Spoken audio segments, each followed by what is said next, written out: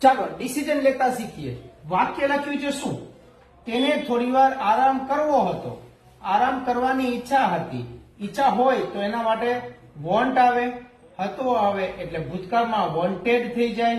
ઈચ્છા માટે વોન્ટેડ આવ્યું. તે એટલે હી. આરામ કરવો હતો એટલે ભૂતકાળ હોવાથી વોન્ટ નું બનશે વોન્ટેડ. આરામ કરવો એટલે રેસ્ટ, તો બની ગયું વોન્ટેડ ટુ રેસ્ટ. થોડી વારનું અંગ્રેજી ફોર સમ ટાઈમ. પણ ને બટ કે શું? તેના સુપરવાઇઝરે. તેનો સુપરવાઇઝર એટલે હી સુપરવાઇઝર થઈ ગયું. છેડે આવો. હુકમ કર્યો એટલે સાદો ભૂતકાળ. હુકમ કર્યો એટલે સાદો ભૂતકાળ એટલે હુકમ કરવાનો અંગ્રેજી ઓર્ડર. ભૂતકાળ હોવાથી ઓર્ડર્ડ એટલે હી સુપરવાઇઝર ઓર્ડર. કોને? તેને. તેને એટલે હિમ. શેનો ઓર્ડર આપ્યો? પૂર્ણ કરવા. પૂર્ણ કરવા એટલે ટુ કમ્પ્લીટ.